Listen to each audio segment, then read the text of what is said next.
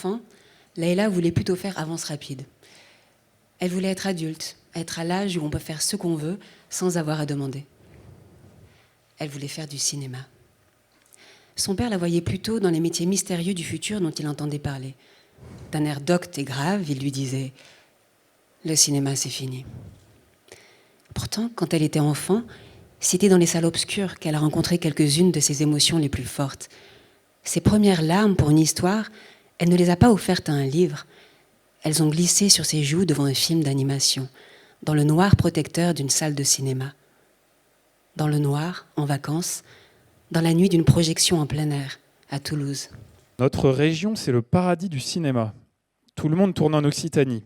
À Montpellier, à Toulouse, à Sète, à Nîmes, dans les Cévennes, nous avons les studios, les décors naturels, les effets. Ces phrases, vous venez de les entendre, donc elles sont tirées de la nouvelle de Thomas Cadenne issue de notre cahier. Et on s'est projeté, donc on était en 2047. Quel est l'état des lieux aujourd'hui et comment parvenir à cette vision finalement souhaitée en 2047, 2050, 2040. On va essayer de prendre un peu de hauteur.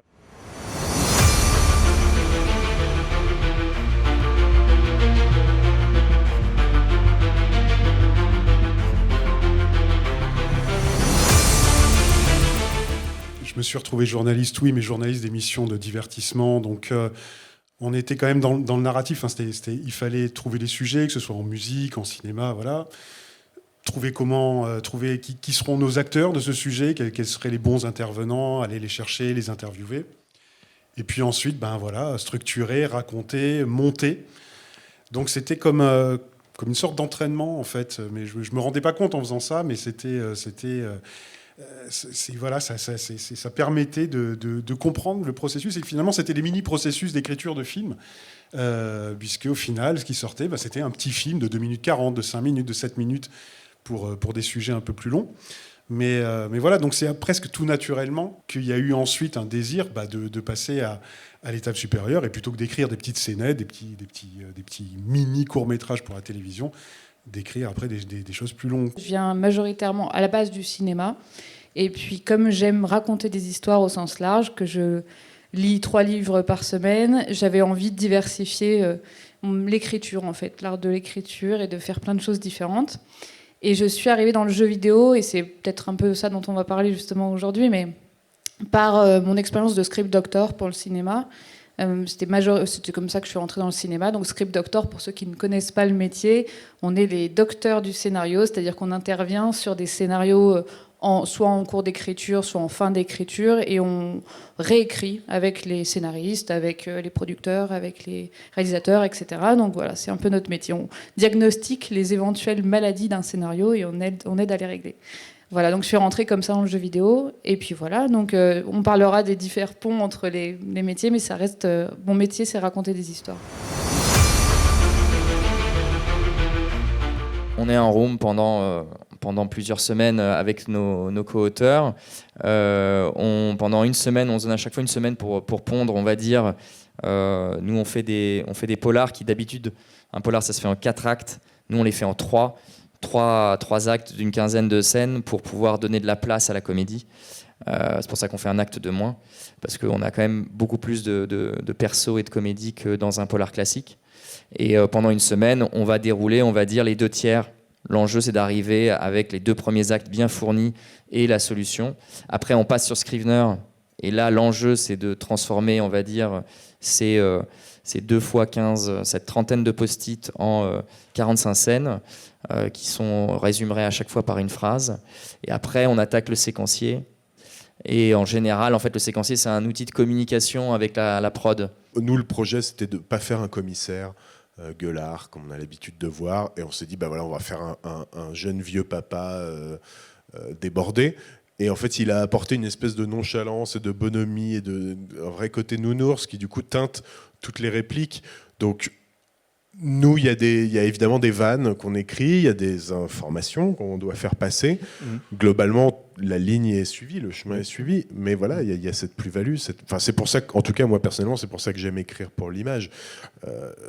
sinon j'écrirais des romans. Moi, j'aime ce millefeuille, en fait. J'aime le fait qu'on écrit, qu'on fournit un socle, et puis que voilà, les comédiens vont rajouter leur talent, le réalisateur, même le monteur, surtout le monteur. Il faut savoir que Panda, à la base, ça devait se passer, en tout cas c'était la première intention, ça devait se passer dans les Calanques à Marseille. En fait, c'était notre première idée, simplement parce qu'on voulait que ce soit une série assez lumineuse, voilà, où il y a du soleil, où ça sente un peu les vacances, puisque notre héros est en mode cool. Et c'est Julien Doré qui très vite a dit, moi, lui, il est gardois. Il nous a dit, moi, la Camargue, c'est une région que j'adore. Je tourne tous mes clips là-bas et j'aimerais vraiment bien qu'on aille tourner là-bas. Et il n'avait pas tort, en fait. Bon, il y a un côté très pullulant au niveau, enfin la nature est très très présente, il y a un côté très sauvage. En fait, ça donne une vraie identité à la série. Après, nous au niveau des décors, c'est plutôt les repéreurs qui sont basés sur ce qu'on avait écrit, mais on était volontairement resté très très flou sur la description des décors. Par exemple, il habite dans une paillote au bord de la mer. Bon, on avait juste mis ça. Le décor qui a été trouvé est incroyable et très atypique. On n'aurait jamais pu anticiper ce décor-là. Ces visions dans la mer de sel, typiquement, bah voilà, c'est plutôt le décor qui est venu au réal, on va dire. Mais en fait, on ne pouvait pas rêver aussi bien que ce que la région a offert au final, vraiment. Par l'arrivée des streamers, il y a eu un appel énorme en développement. Il y a eu une quantité de programmes à fabriquer énorme d'un coup, et notamment, pas forcément des choses qui ont existé et ont achevé, mais au final, on s'est retrouvé dans une situation où tous les gens de notre génération, on n'est plus capable de les recruter parce que tout le monde a sa série. Et on s'est retrouvé dans une situation où on a dû, au final, recruter des gens qui parfois sortent d'école et se retrouvent à des places que nous, on a mis 5 ou 10 ans à pouvoir atteindre. Et c'est pas un problème du tout, mais c'est très cool, au contraire, de partager. Après, moi, je reste sur un constat quand même, pas du tout pour faire le vieux con, mais qu'en fait, d'être passé par les séries des autres, ça a été aussi une façon, pas juste d'apprendre à faire mon métier, mais de voir comment d'autres travaillaient, et du coup, comment moi, j'avais pas envie de travailler ou comme j'avais envie de travailler. Et souvent, dans les gens avec qui on a bossé typiquement sur Panda 2, moi, il y en a plusieurs qui m'ont dit, mais alors toi, j'aimerais bien que tu m'expliques comment tu travailles, donne-moi tes formules. Et moi, ma formule, c'est va voir d'autres. Va voir d'autres showrunners, va bosser chez d'autres et voit ce qu'il y a à apprendre. Et je crois qu'on est quand même dans quelque chose où il n'y a pas de honte à être un scénariste vert pendant un certain temps. Ce qu'il faut, c'est que les portes soient ouvertes justement à l'arrivée. Le problème, c'est des producteurs, ce qu'ils veulent, c'est des gens qui sont capables d'être bons jusqu'au bout. Et je crois que ce qu'il faut, c'est d'avoir des endroits où les gens peuvent se tromper. Quand on fait du programme court, on est étiqueté programme court. Quand on fait de la comédie familiale, on est comédie familiale. Quand on fait du polar, ça y est. Enfin, voilà. Et donc nous, on lutte un peu contre ça aussi, de pouvoir dire, bah oui, mais pour pouvoir faire du polar, il faut bien en faire un premier, quoi. C'est une réalité. Moi, je suis un homme blanc de 48 ans. Dans un monde qui est en train de bouger pas mal quand même. Alexia est une jeune femme qui n'avait pas encore la trentaine. Elle m'a apporté aussi une autre vision sur le monde qui nous entoure et qui enrichit la mienne, qui vient compléter, qui vient combler des angles morts à certains endroits, tout ça. Donc c'était hyper intéressant et surtout, voilà, elle n'a pas été formatée. Donc il y a une espèce de spontanéité comme ça dans les propositions qui sont hyper intéressantes. Et elle a une approche notamment de la création des personnages à laquelle moi je n'avais jamais pensé pendant. Là, ça fait 14 ans maintenant que j'écris et j'avais jamais abordé les personnages sous un angle comme le fait Alexia, et ça m'a ouvert plein de nouvelles portes. Donc du coup, il y a vraiment un cercle vertueux. Les personnalités ou hybrides, pour reprendre ce terme qui est le vôtre ce soir, Thibaut, sont quelque part plus intéressantes parce que plus surprenantes. C'est-à-dire, moi, je vais maintenant, quand je m'entoure de scénaristes, je vais peut-être aller chercher effectivement ceux qui vont avoir un cursus un petit peu chaotique, un peu accidentel, parce que je sais que c'est auprès de ces profils-là que je vais trouver ce qui va être plus intéressant, plus surprenant, plus inattendu. C'est parfois plus compliqué à gérer, moins orthodoxe, moins protocolaire, mais le résultat est, je trouve, en tout cas, plus enthousiasmant. La réalité virtuelle, c'est un cas d'école. Aujourd'hui, moi, on m'appelle pour aider des réalisateurs ou des réalisatrices en réalité virtuelle qui sont des auteurs de cinéma. et qui se retrouvent avec ce médium-là qui est la réalité virtuelle sans savoir quoi en faire exactement au niveau de l'écriture. C'est-à-dire ils maîtrisent l'image, ils maîtrisent l'outil cinématographique, mais ils ne maîtrisent pas l'aspect interactif et ils ne maîtrisent pas cet outil inhérent à la réalité virtuelle qui est ce qu'on appelle l'embodiment. Alors, il n'y a pas de terme français, ce serait l'incarnation. C'est-à-dire que la réalité virtuelle est le seul médium qui nous permet d'être la personne ou l'objet dans un environnement virtuel. Le jeu vidéo ne nous permet pas ça. On passe par une interface qui est la manette, le clavier, peu importe. Donc la réalité virtuelle permet ça. Et donc ces auteurs de cinéma qui se retrouvent à écrire pour la réalité virtuelle sont perdus. Et donc j'arrive sur ces projets-là pour les aider à réapprendre à écrire différemment avec ce nouvel outil. Voilà, donc c'est un besoin qu'on a aussi de se reformer, j'invente un mot, de s'hybrider, peu importe, de se découper, bref. Et c'est un travail à faire, hein, évidemment, c'est se reformer différemment au métier qu'on croyait connaître. Quand le jeu vidéo a commencé à réfléchir à ce qu'ils allaient pouvoir raconter, hein, dans les années 90 majoritairement, jusqu'à maintenant, ils sont allés chercher des scénaristes de cinéma. Et très vite, ils se sont rendus compte que ce n'était pas la solution parce que les scénaristes de cinéma n'avaient pas appris à écrire pour l'interactivité, pour la forme interactive qu'est le jeu vidéo.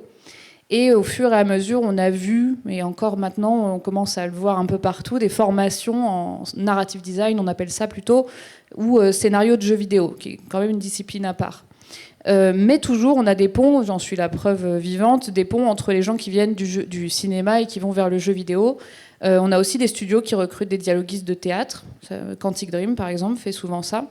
Donc on a des croisements qui se font de manière assez naturelle dans l'écriture, mais on a toujours une forme de défiance entre le cinéma et le jeu vidéo majoritairement, de méconnaissance du médium et de mépris. Et le jeu vidéo est encore considéré, en tout cas par les scénaristes de cinéma, parfois comme une fuite ou une solution de repli ou quelque chose d'un peu plus simple à faire au cas où on n'arrive pas à manger du cinéma ou de la télévision. Et je pense que ça, il va falloir en revenir très très rapidement.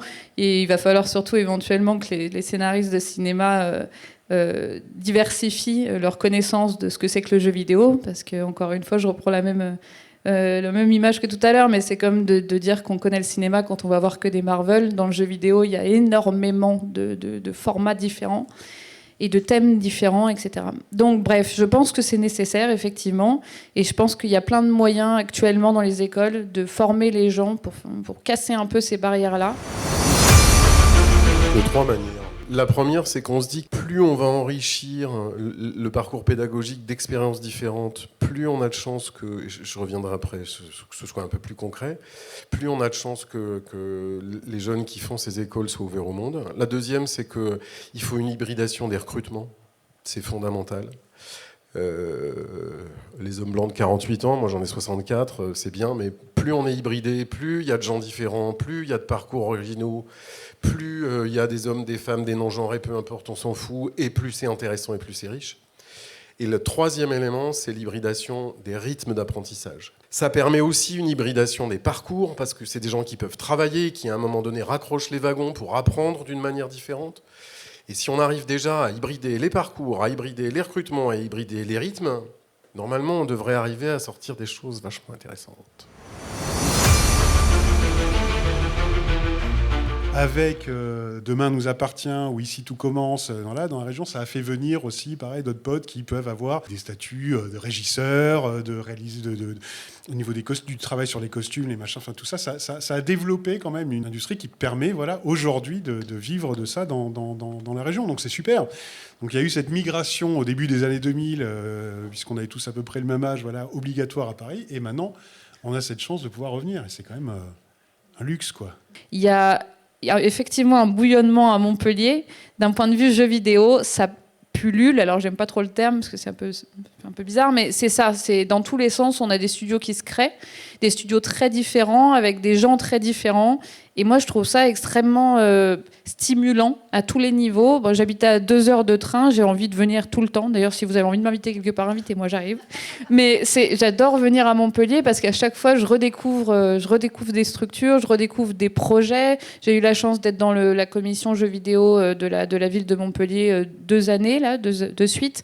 Les projets sont hyper variés. On a du triple A. Dans ce qu'on appelle le triple A, c'est le gros budget. On a des petits projets indépendants avec des thématiques sociales très fortes. On a des studios de toutes les tailles. C'est hyper excitant comme ville, Montpellier, vraiment pour ça. Ici, j'arrive avec des gens qui se parlent, qui ont envie de travailler ensemble, qui, même s'ils sont concurrents, se disent qu'à un moment donné, ils peuvent avoir un projet commun. C'est quand même une chance. Le terrain est extrêmement favorable. Et de ce fait-là, on va se retrouver avec des producteurs et des productrices qui vont se dire « Oh là, il se passe des trucs, là, on est en train de créer des choses à Montpellier, pas mal. Il y a du soleil et des plages. Bah, peut-être que c'est le moment de venir s'y installer. »